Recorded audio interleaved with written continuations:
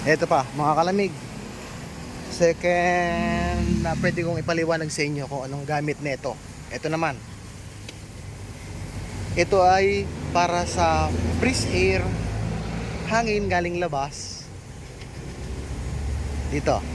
Galing labas, dito, pag nilagay nyo rito, yung hangin, dito lang umiikot, nag-circulate dito sa loob. Ang kailangan, pagka kayo gagamit ng sasakyan, laging dito.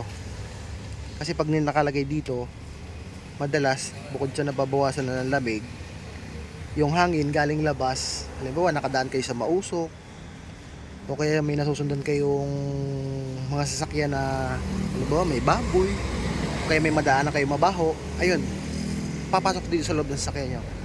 Kaya, check nyo lagi ito. Dito nakalagay.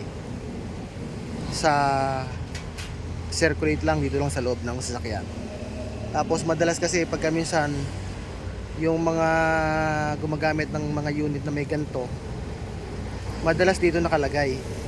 Yung mga nagpapacheck sa amin na bakit kaya ang hina ng aircon namin, ang madalas nagiging problema ay yun, nakaandito. Dito nakalagay.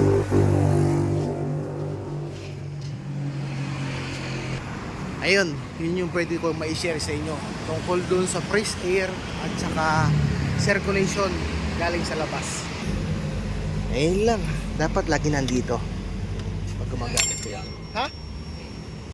Thank you mga kalamig.